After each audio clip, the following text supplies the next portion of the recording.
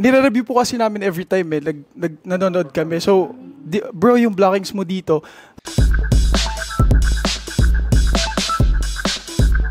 So, nakita namin na nakapag-perform na rin kayo sa It's Showtime. And recently, sa Magandang Buhay. So, kinakabahan ba kayo every time na sumasampa kayo sa mga ganitong stages and shows? Ano po, as a group po kasi, excited po talaga kami more than kinakabahan. Kasi dream talaga makapag-perform sa mga shows ng ABS talaga. Yun naman po yung dream ng every performer po na makapag-perform sa ASAP, sa Showtime.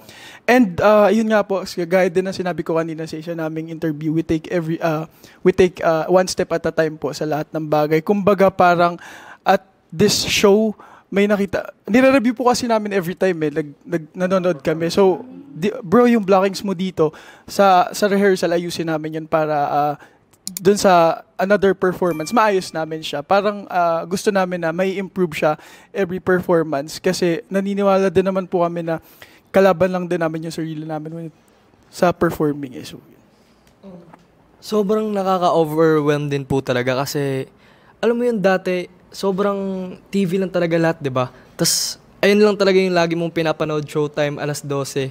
So, dati ini-imagine ko talaga na lagi akong sumasayaw doon.